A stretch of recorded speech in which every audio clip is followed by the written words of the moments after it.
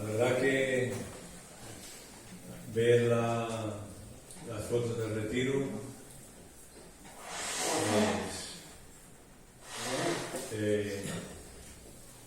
te revuelve un poco todo, ¿no? Yo se lo dije a él, pasa que ese día fue imposible decirlo, pero la verdad que fue una bendición poder escuchar a Arturo, ¿no? Y la palabra que trajo, creo que fue muy buena para todos, creo, ¿no? Sí. Al menos para mí fue a veces de tener que apretar los dientes, pero el Señor sabe. Bien, vamos a orar por el tiempo de hoy. Vamos a intentar terminar el Salmo 51. Pedir a Carlos que tenga una oración. Carlos Mora, por favor. Sí, Señor Padre, gracias te damos, Señor, por el día de hoy. Gracias porque hemos podido compartir contigo este sacrificio que hiciste nosotros en la cruz, Señor. Darte la gracia porque aún no merecido, Señor, te sacrificaste. Ahí nos sacamos cosas, Señor, porque si solamente hubiera sido la cruz y el sufrimiento, seríamos como el resto del mundo. Después, 3 días después, cuando culminaste todo, que fue cuando resucitaste, Señor.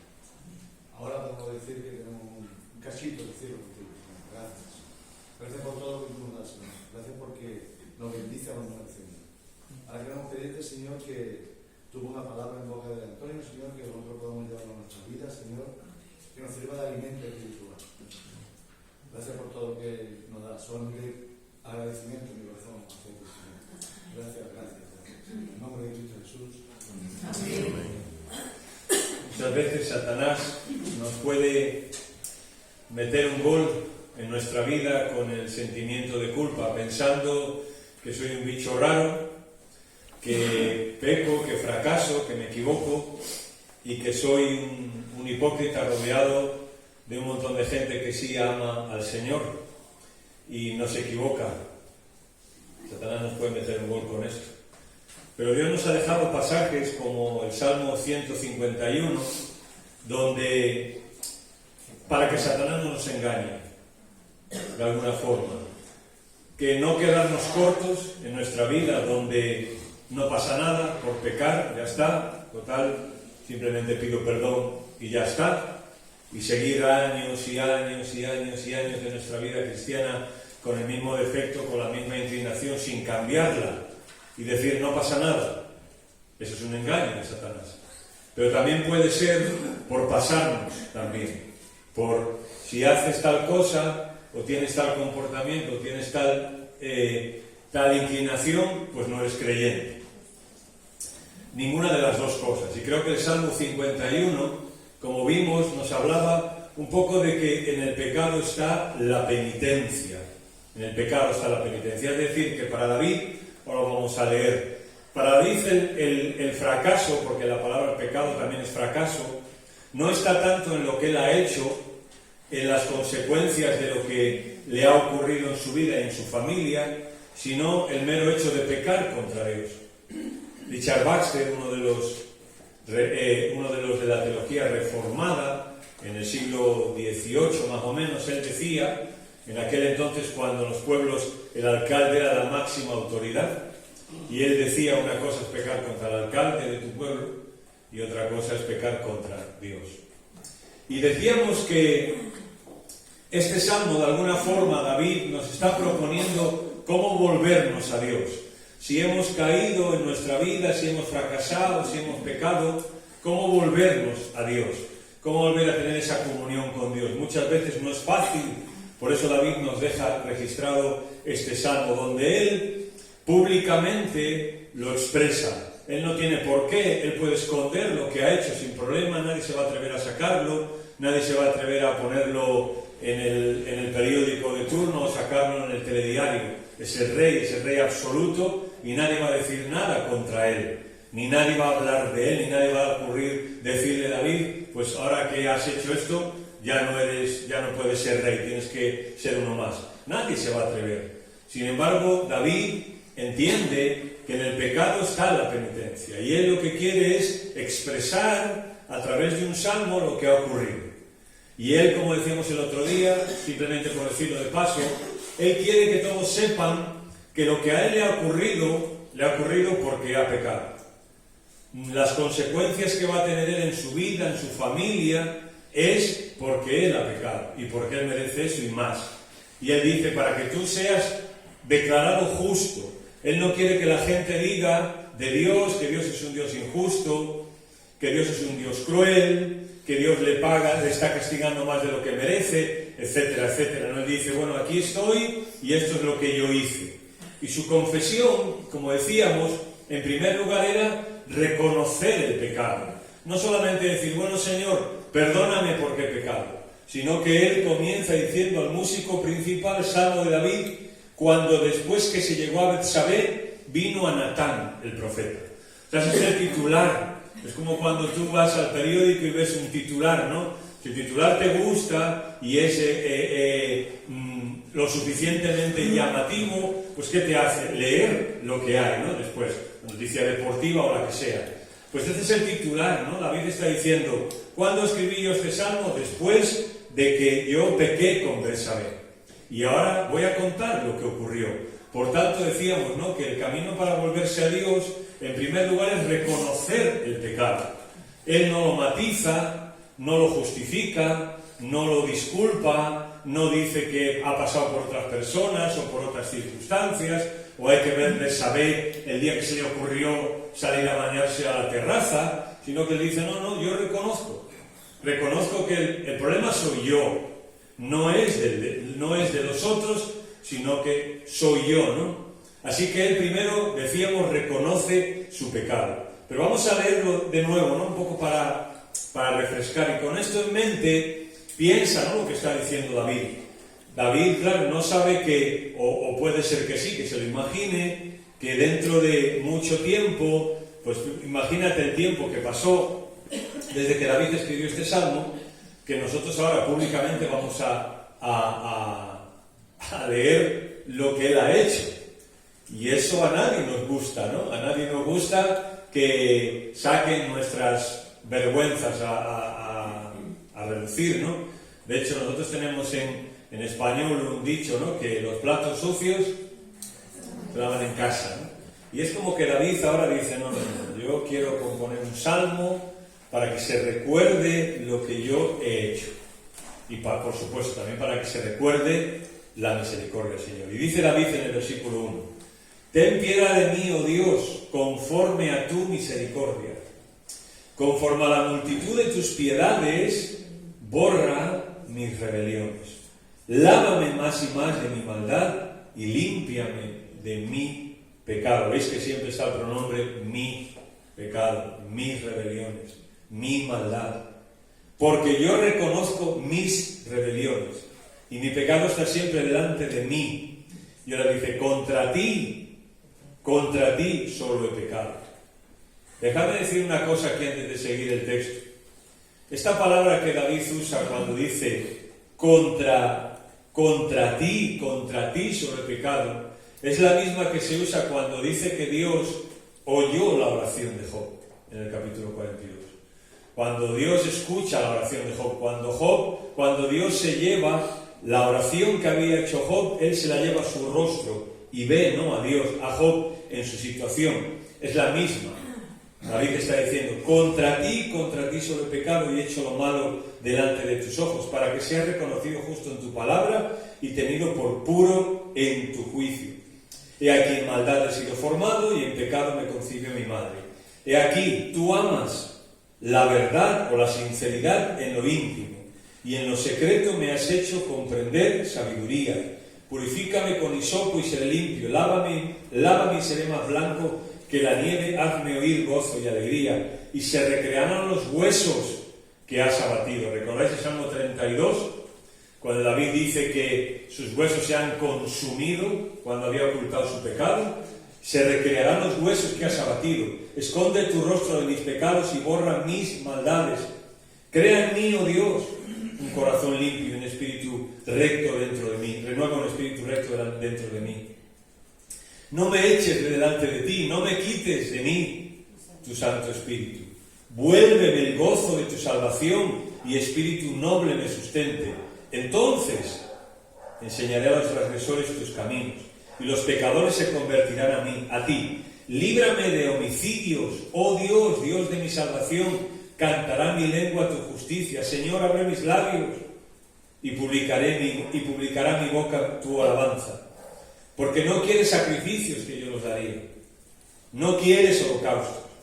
Los sacrificios de Dios son el espíritu quebrantado. Al corazón contrito y humillado no despreciarás tú, oh Dios. Haz bien con tu benevolencia, Sión. Edifica los muros de Jerusalén. David, preocupado por el pueblo, no solamente por él, sino por el daño que él pueda hacer al pueblo. Haz bien con tu benevolencia, Sión, y edifica los muros de Jerusalén. Entonces sí que te agradarán los sacrificios de justicia. El holocausto o ofrenda del todo quemada, entonces ofrecerán becerros sobre tu altar. Amén. Reconocer el pecado, en primer lugar, hemos visto. Segundo, el paso segundo que David nos da para volvernos a Dios es también redirigir el pecado, ¿no? No solamente reconocer que yo he pecado, sino que cuando yo reconozco mi pecado, dejo de redirigir mi pecado hacia otras personas o hacia otras circunstancias y lo redirijo hacia mí. Sabemos que él durante un año más o menos estuvo sin confesar su pecado, tal vez echándole la culpa a otros, tal vez pensando que todo se iba a pasar, no sé lo que él pensaría, hasta que él no solamente que reconoce su pecado, sino que decide redirigir el pecado hacia él mismo, por supuesto, ¿no? Nosotros a veces, cuando nos equivocamos, nuestra tendencia es echarle la culpa a otras personas, echarle la culpa a otras circunstancias, echarle la culpa a otras situaciones, incluso echarle la culpa a Satanás, ¿no? Es que Satanás me tienta, es que él se aprovecha, o es que he tenido este problema con estos hermanos, o es que en el trabajo me va mal, o es que en mi familia tengo estos problemas, o es que estoy débil, no sé. Tendemos a reconocer el pecado, sí, pero lo siguiente es redirigir el pecado. David dice, ¿no? Contra ti sobre el pecado. Contra ti sobre el pecado. Y él dice, quedará demostrado que tienes razón en lo que dices y tu juicio contra mí es justo. La Nueva Traducción Viviente traduce así. Quedará demostrado que tienes razón en lo que dices y tu juicio contra mí es justo. David sabe que confesar su pecado va a tener consecuencias. Claro. Cuando cualquier persona reconoce que se ha equivocado, y más si lo hace de una forma pública, pues eso trae consecuencias, ¿no? Pero David es como que él prefiere que las consecuencias vengan sobre él y que nadie hable que Dios es injusto de parte de Dios.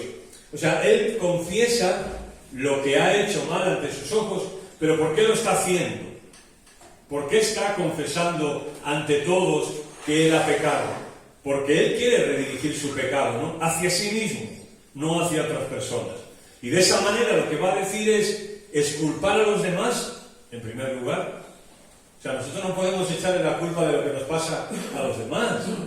Ninguno de nosotros podemos escudarnos en que los demás nos hacen cosas, o los demás, o las circunstancias. Eso sí, yo puedo reconocer mi pecado, pero lo tengo que redirigir, lo tengo que reorientar. Y él también lo que quiere es que la gente no hable mal de Dios. No diga, como dije antes, no, bueno, es que Dios es injusto, es que esto, es que lo otro, es que pobrecito. Él no quiere que nadie le diga que es un pobrecito. No quiere que nadie le diga que es una víctima. No, yo he hecho esto, así que lo reconozco. Y lo que quiero es que Dios, que se demuestre que tiene razón en lo que Dios dice. Y mirad, aunque esto pueda parecer una cosa muy fácil, redirigir el pecado, pero es clave en nuestra vida. Hasta el momento en que yo no sepa redirigir el pecado hacia mí, voy a seguir en lo mismo siempre. Voy a seguir con el mismo defecto, con la misma tentación, con la misma inclinación, voy a seguir igual siempre. Voy a pensar, bueno, ya cambiaré. O voy a pensar, bueno, ya cuando la circunstancia con estas personas con las que tengo el problema cambie, ya yo cambiaré.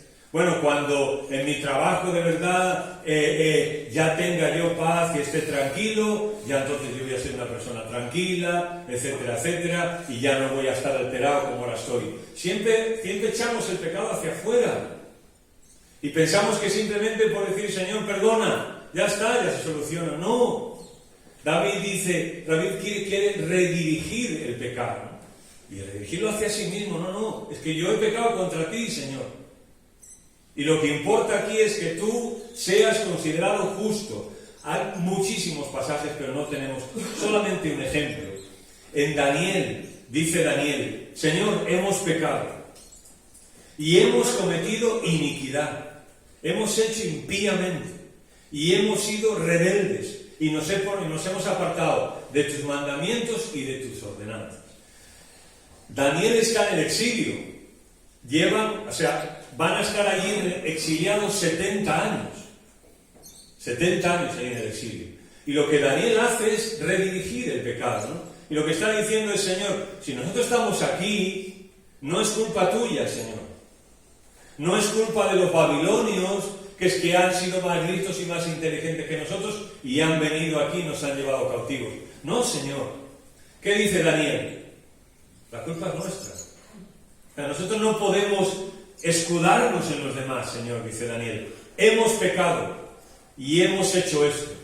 Y ahora sabemos que Daniel inmediatamente después, vio las promesas de Dios también, que el tiempo se había concluido. Pero de verdad, hermanos, el redirigir el pecado en nuestra vida es muy importante. Porque, ¿qué nos pasa a veces cuando no sabemos redirigir el pecado? Que seguimos igual años y años y años. Que no cambiamos. Que somos genio y figura hasta la sepultura. Y seguimos con eso una y otra vez y volvemos a recaer en lo mismo y ahora pasamos un tiempo, volvemos a fracasar, volvemos a pecar, entramos en esa dinámica. Cuando en el pueblo de Israel también en el tiempo de los jueces, cuando nos dice que los hijos de Israel hicieron lo malo, venían unos enemigos y los conquistaban, los hacían vasallos, los machacaban y les robaban todo y les violaban a sus mujeres y mataban a sus hijos, imponían sus dioses ahí, etc. Y ahí estaban, a veces 8 años, a veces 20, a veces 10, a veces 15. ¿Y cuándo cambiaba la situación? Cuando ellos redirigían el pecado, cuando ellos ya no le echaban la culpa a los demás, sino que el pueblo clamaba a Dios. Y el pueblo decía, Señor, hemos pecado, nos hemos equivocado. Y hemos hecho esto y esto y esto mal. En el libro de Esdras también está muchas veces. Y entonces ahí era cuando Dios obraba y cuando Dios les levantaba a un juez.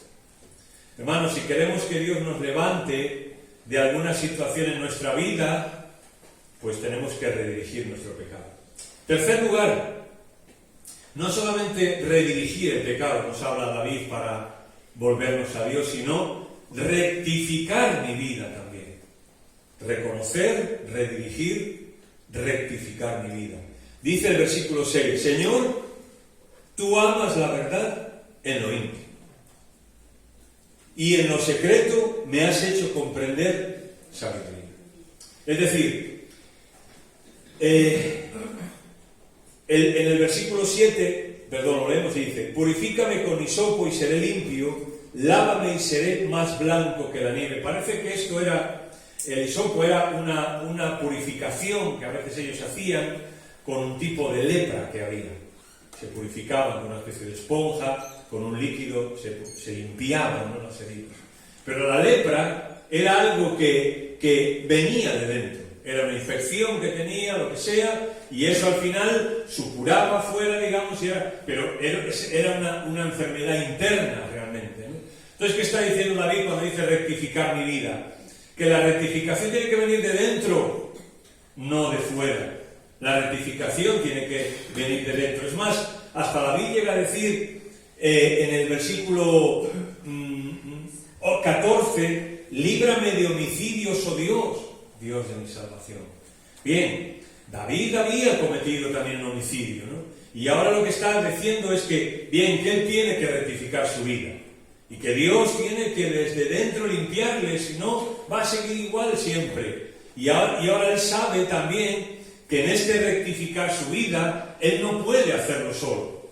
Porque al final va a acabar igual. Por eso él, en un ataque también entiendo yo, de honestidad increíble, dice: Señor, líbrame de mis homicidios. ¿Ves cómo no trata de nuevo de ocultar y de disimular y de matizar las cosas? Porque él podría decir: Señor, la próxima vez no permitas que otra mujer se vuelva a subir ahí a la terraza, Señor.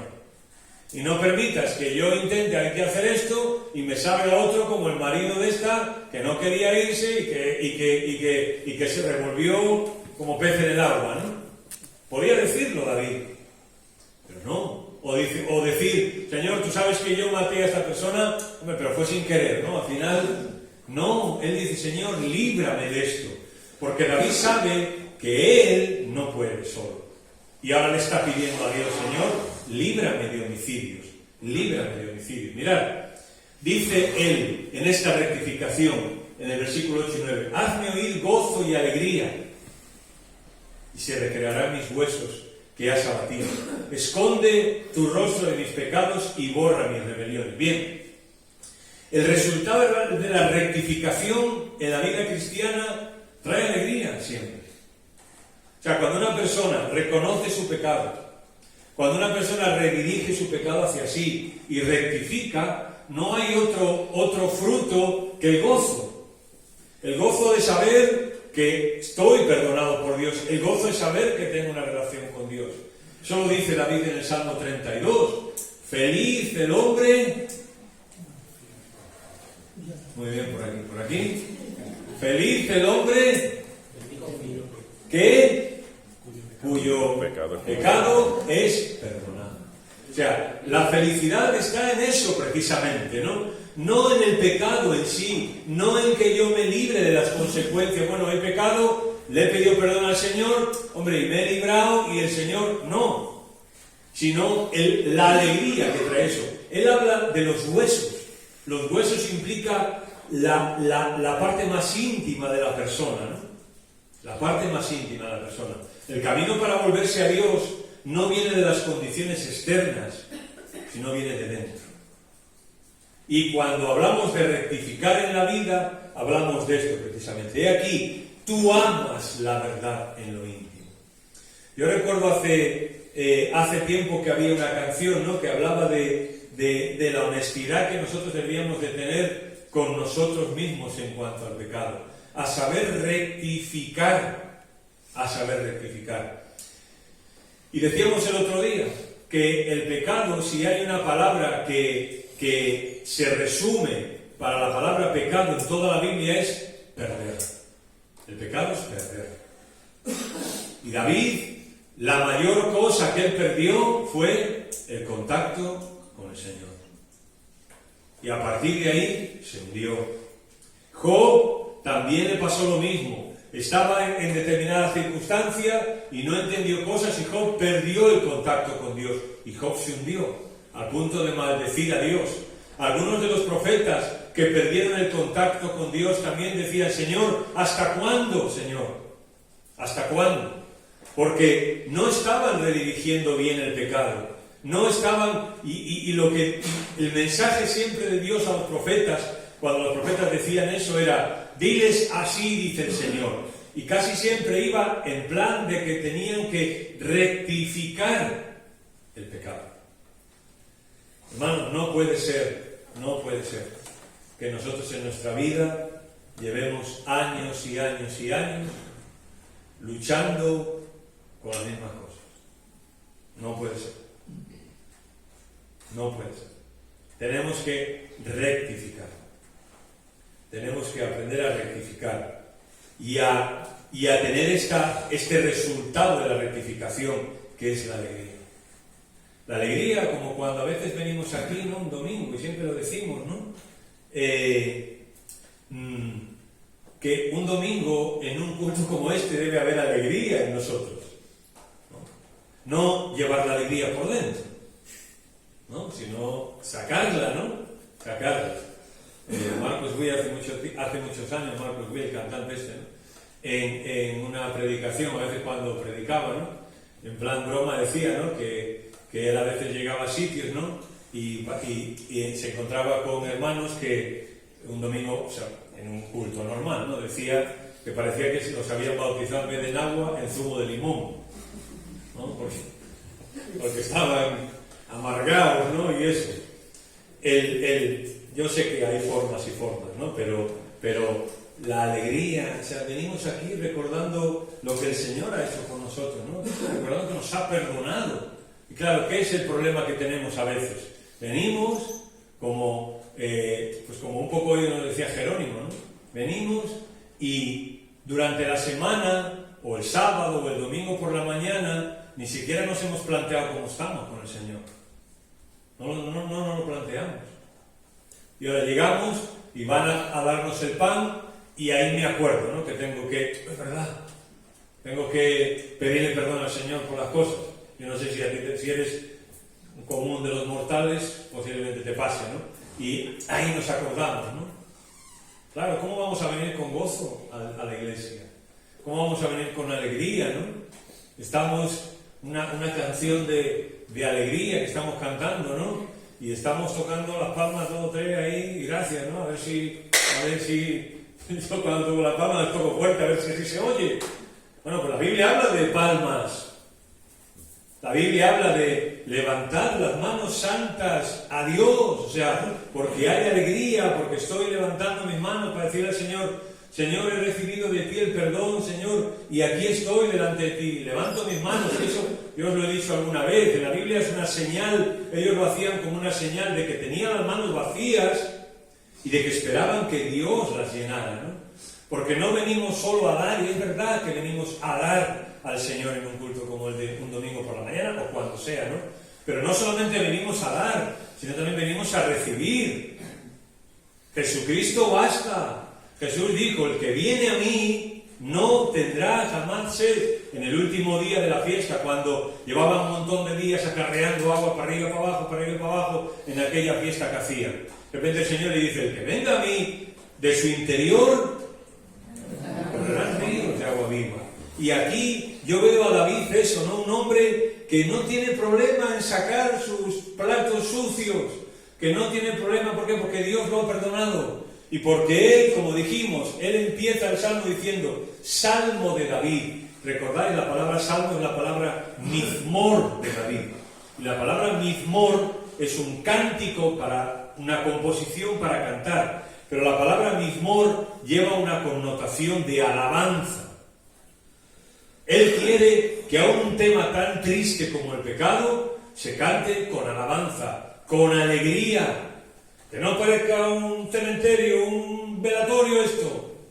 No cantéis esto, pobrecito David, pobrecito lo que pasó. No, cantadlo con alegría. ¿Por qué? Porque el Señor me ha perdonado, porque el Señor ha borrado y yo no tengo problema en decirlo. Pues eso es lo mismo, ¿no? Creo que es el mismo sentimiento un domingo por la mañana. Venimos aquí porque Dios nos ha perdonado. Y porque tenemos muchos motivos de alegrarnos. Y también, por supuesto, para rectificar. Y en último lugar, reclamar una restauración. Porque es como que a veces venimos ante el Señor, reconocemos nuestros pecados, redirigimos hacia nosotros el pecado, rectificamos, o por lo menos tenemos la intención de rectificar. Pero a veces no reclamamos nada. Reclamar en el buen sentido de la palabra.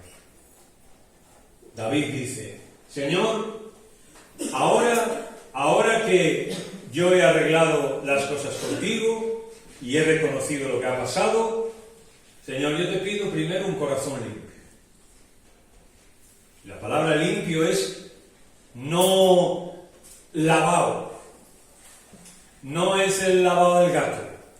No, un corazón limpio, distinto al que tenía antes.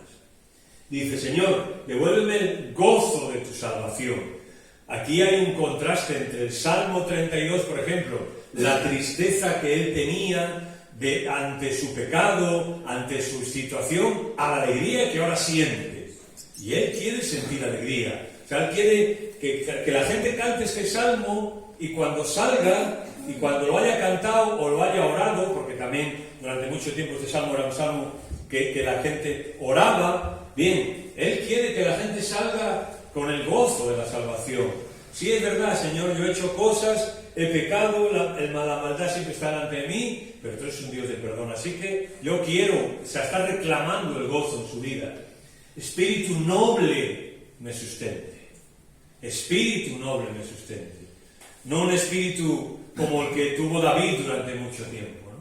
No, espíritu noble me sustente. Y dice, haz bien con tu benevolencia. Y él habla de Sión, él habla del pueblo de Dios, ¿no? De alguna forma, ¿no? Él está reclamando esto. Es más, cuando él dice, crea en mí, oh Dios, un corazón limpio, cuando dice crea en mí, es el término usado aquí, o sea, el término usado aquí es el que representa la creación de la nada. Cuando Dios de la nada creó este mundo. Y él dice, Señor, crea en mí un corazón limpio. ¿Por qué? Porque él sabe que no es cuestión de restaurar el corazón. No es cuestión de que yo diga, bueno, a ver cómo voy a estar mejor. A ver cómo voy a... No, tú no puedes. Y por eso él le dice a Dios que Dios renueve un corazón limpio delante de él. Esto es igual, es el mismo concepto que se usa en la Biblia para la salvación también. La salvación es un milagro de Dios. Yo no puedo restaurar mi vida. Yo no puedo reformar mi vida. Yo no puedo ahora empezar a hacer las cosas bien a ver si Dios me perdona. No puedo empezar a hacer buenas obras en contraste con las malas que hice a ver si así me voy al cielo. Así no se salva una persona. Jesús le dijo, ¿no?, a Nicodemo, es necesario nacer de nuevo. Y dijo Nicodemo, ¿cómo? ¿Cómo que nacer? O sea, ¿cómo se va a meter una persona en el vientre de su madre otra vez y volver a nacer? Claro, estaba pensando de nuevo en a ver cómo él podía. Y dice, no, pues tienes que nacer del Espíritu. Y para cualquier persona que aquí estéis en esta mañana, ¿no? Si estáis intentando pensar que por venir a la iglesia, o por hacer buenas obras, o por portarte bien a partir de ahora, o porque ahora vas a empezar a leer la Biblia, o porque ahora vas a empezar a hacer... ¿Te salvas? Pues no, estás equivocado. La salvación viene de Dios, simplemente. Y lo que tienes que hacer es pedirle al Señor que te perdone. Decirle, Señor, yo no puedo restaurarme. Yo no puedo hacer nada para merecer el cielo, para merecer la salvación. Pero tú lo has hecho. Y lo que tienes que hacer es pedirle que Dios cree en ti un corazón limpio también. Que te limpie. Pedirle perdón por tus pecados. Y decirle, Señor, soy pecador, soy pecadora, pero quiero que tú me salves. Y eso es lo que tienes que hacer, ¿no? Pedirle perdón, porque mientras sigas intentando tú hacerlo, no funciona de esa manera. Dice al final del Salmo, Señor, abre mis labios y publicará mi boca tu alabanza. Porque tú no quieres sacrificio, que yo lo daría. No quieres holocausto. Los sacrificios de Dios son el espíritu quebrantado y el espíritu quebrantado. Al corazón contrito y humillado no despreciarás tú, oh Dios. La verdadera vuelta a Dios no es un acto religioso. No es un acto de pedir perdón a Dios, sino donde todo ser humano vuelve a su raíz, ¿no? Y su raíz es Dios. Y en este sentido, déjame decirte esto, ¿no? Al final del Salmo él dice, entonces te agradarán los sacrificios de justicia, holocausto y ofrenda de todo quemada, entonces se ofrecerá sobre tu altar de cerdos. Y claro, tú lo lees en Salmo y dices, a ver, David, ¿en qué quedamos? Acabas de decir que no se puede ofrecer sacrificio, que no vale de nada, y ahora resulta que dices que sí, que entonces te agradarán los sacrificios. ¿En qué quedamos? Bien, David nos enseña aquí un equilibrio en este salmo. No se trata de todo corazón. No se trata de decir, bueno, el Señor sabe que yo lo amo. Y ya está. No se trata de eso. El Señor sabe mis sentimientos, y sabe que yo lo amo y lo demás da igual. No, porque entonces dice Dios, no, así no, yo no acepto eso. Un equilibrio entre eso, pero tampoco se trata de todo dogmatismo siempre. De solo la verdad, solo las cosas, en zumo de limón. No. También, mirad, la obediencia me lleva a las emociones. Cuando el judío venía, y claro, nosotros no lo podemos ver, pero lo podemos leer en la Biblia, cuando el judío iba en obediencia a Dios, a adorar a Dios, ¿cómo le llamaban aquello? Le llamaban una fiesta. Eran las fiestas del Señor, porque aquello era una fiesta.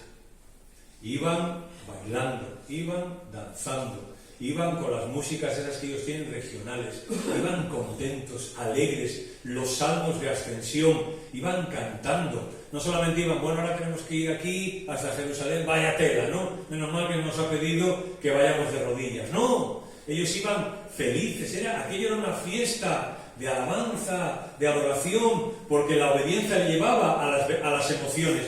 Pero también es verdad que no hay emociones sin auténtica obediencia. ¿Entendéis? A las emociones, la obediencia me lleva a las emociones. Pero sin obediencia, sin auténtica obediencia, no hay emociones. Sería una falsa manifestación de alegría, digamos. Pero David, una vez que ha confesado todo, una vez que ha reconocido, redirigido, rectificado y ahora reclama las promesas de Dios, ahora dice, entonces ahora sí. Ahora sí que podemos venir y te van a agradar estos sacrificios de justicia. Esta ofrenda te va a agradar, Señor. ¿Por qué? Porque han reconocido su pecado. ¿Por qué? Porque vienen con el gozo de la salvación, con un espíritu noble, pensando en la benevolencia de Dios, y no van a venir solamente con, sí, es verdad que Dios dice no sé qué. No, van a venir porque va a brotar alegría en su vida. De su interior correrán ríos de agua viva. Y esto lo dijo a los que creían en Él. Salmo 51 es una enseñanza para nosotros. ¿Cómo volvernos a Dios? No voy a repetir otra vez los puntos. Pero necesitamos volvernos a Él. Necesitamos volvernos a Él cada día. Y que Satanás no nos engañe. Que Satanás no nos engañe diciendo, no pasa nada con el pecado. Total, ya la salvación está ahí reservada para ti, hagas lo que hagas, ya está. Que no nos engañe de esa manera. Pero tampoco donde aquí no hay nadie que se pueda mover, sino Dios lo parte con un rayo. Tampoco. Las dos cosas. La Biblia guarda un equilibrio perfecto. Guarda un equilibrio perfecto entre reconocer de una manera clara que nosotros nos vamos a equivocar sí o sí, pero también guarda un equilibrio perfecto en qué hago yo cuando me equivoco sí o sí. ¿Qué actitud tengo? ¿Qué sentimiento tengo? ¿Cómo está mi corazón hacia Dios? Y David era un hombre conforme al corazón de Dios por estas cosas, precisamente. Porque a él no le importaba reconocerlo delante de Dios y no le importaba especificar. Mirad, simplemente lo digo como un ejemplo y ahora sí ya termino. Durante mucho tiempo a mí me costaba hacer una cosa y era cuando yo, bueno, voy a decir en el pasado, pero tiene connotaciones también del presente, ¿vale? Cuando digo lo que yo hacía no quiere decir que hoy no pasa. Bueno, cuando yo de alguna manera metía la pata con el Señor en algo, a mí me costaba mucho verbalizarlo, ¿no? Me costaba mucho. Y yo decía, Señor, perdóname, tú sabes. Pensando, yo sabía lo que era, ¿no? Pero me costaba verbalizarlo. Hasta que yo me di cuenta de que eso a mí me perjudicaba. ¿Por qué? Porque no valoraba en su justa medida lo que estaba ocurriendo. Y era como, bueno, Señor, perdóname, tú sabes. Hasta que un día, por equivocación, creo yo, o porque no sé si equivocación, o el Señor me empujó a eso, ¿no? Le dije no lo digo, o sea, mentiría, ¿no?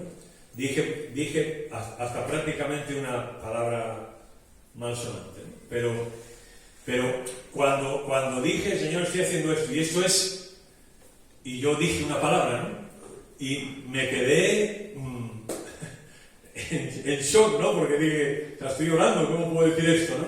Pero eso me ayudó muchísimo a ver la gravedad de las cosas. A ver la gravedad. Y a decir, no, Señor, esto no puede ser. Esto no puede ser. Y David hemos visto, ¿no? Señor, líbrame de homicidio, Señor. Y David acumula en el Salmo 51 la mayor cantidad de sinónimos que se han usado jamás en la Biblia sobre el pecado. David dice rebeliones, maldad, homicidios, defectos, equivocaciones, fracasos. O sea, lo acumula porque quiere expresar eso. Pero no nos quedemos ahí.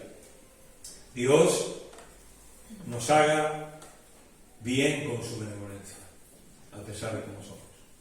Oremos. Señor, gracias porque tú siempre estás dispuesto a hacernos bien con tu benevolencia. Señor, gracias por un Dios como el que tenemos. Gracias, Señor, porque